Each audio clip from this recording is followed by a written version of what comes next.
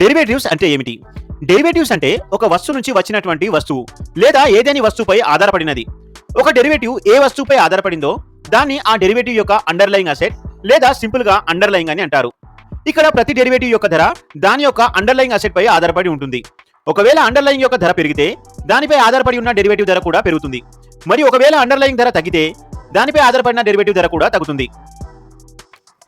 Example కోసం చక్కెర మనకు చెరుకు నుండి లభిస్తుందని మనందరికీ తెలుసు. ఇక్కడ చక్కెర చెరుకు యొక్క డెరివేటివ్ మరియు చెరుకు చక్కెర యొక్క అండర్లయింగ్ అసెట్. చెరుకు యొక్క ధర పెరిగితే మార్కెట్లో చక్కెర యొక్క ధర కూడా పెరుగుతుంది. అలాగే చెరుకు యొక్క ధర తగ్గితే మార్కెట్లో చక్కెర యొక్క ధర కూడా తగ్గుతుంది.